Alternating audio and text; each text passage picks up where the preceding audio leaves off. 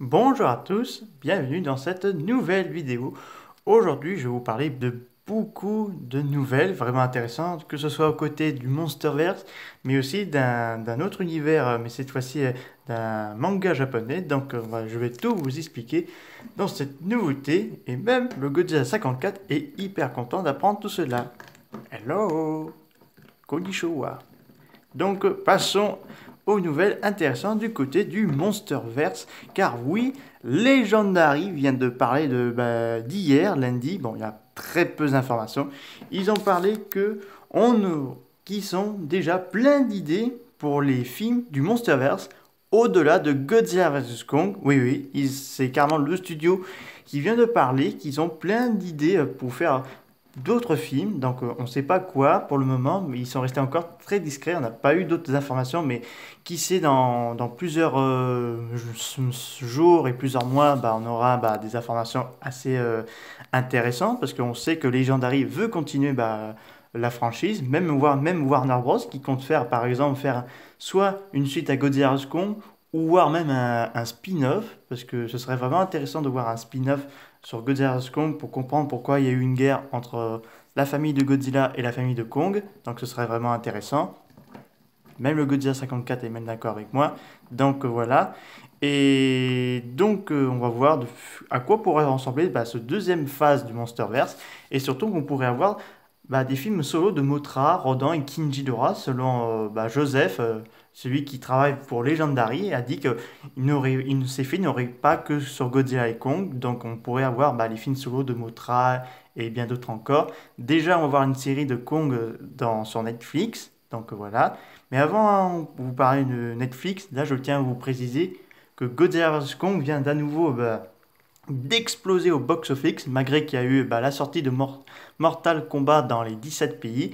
Là, Godzilla vs Kong commence à défoncer encore plus le box-office, parce qu'il est classé comme sauveur du cinéma contre le streaming, mais aussi il vient de détrôner plusieurs films, donc je vais vous faire la liste qui sont les films que Godzilla vs Kong détrône. Alors, Godzilla vs Kong détrône Godzilla 2 King Monster, Kong Skyland, Tenet, Wonder Woman 1984, Justice League de 2021. Et en Chine, Godzilla vs Kong détrône facilement Captain Marvel, En eau trouble. Et donc, pour le moment ces 7 films. Et je crois qu'il pourrait même détrôner deux Fast and Furious, selon certaines rumeurs, et voire même le tout premier Jurassic World, et peut-être même le Jurassic Park, selon certaines rumeurs. Donc, quand même, c'est le baston qu'on attend depuis un bon moment. Donc, je suis pour ce baston de Godzilla versus Kong. Donc, voilà. Donc, là, ce sont les news intéressantes. Donc, on va s'intéresser à une autre information intéressante du côté de Netflix.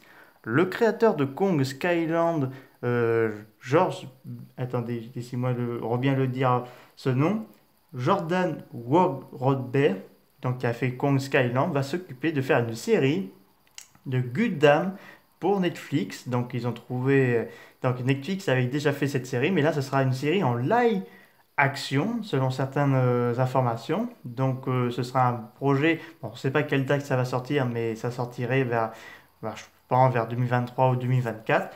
Donc on sait qu'il ne sera pas le seul. Donc on sait qu'il y aura une autre personne appelée Vaughan, donc qui a déjà fait les scénarios, je crois. Ah non, attendez, je suis trompé. C'est Cal Booter, le producteur de Pacific Rim, Uprising et Pokémon Detective Pikachu, qui va aussi s'attacher à ce projet-là. Donc on ne sait pas à quoi ça va ressembler ce projet live action de Gundam. Est-ce que ce sera beaucoup proche de la série du manga ou de Pacific Rim? Donc là, c'est une bonne question. Donc voilà. Donc c'est intéressant parce que même Jordan. Attendez, j'ai du mal avec ce nom. Avec Jordan Rodberg, il soutient le Monsterverse qui continue parce que même Agathe Woodman souhaiterait encore travailler sur les films du Monsterverse et faire que des films de monstres avec 30% des humains parce que pour lui, il est peut-être le temps de plus faire des films avec des humains parce que selon lui, disons, ça devient pas intéressant avec des humains, mais faire plus des films avec des kaijus, ce sera encore plus intéressant selon lui. Donc c'est une information assez intéressante. Donc voilà, donc j'espère que ça va venir et que je pense d'ici cette semaine, on aura d'autres informations avec des Légendaries pour le Monsterverse. Donc voilà, j'espère que cette vidéo vous a plu. N'hésitez pas à nous dire ça dans les commentaires. Je vous dis à très bientôt. Au revoir.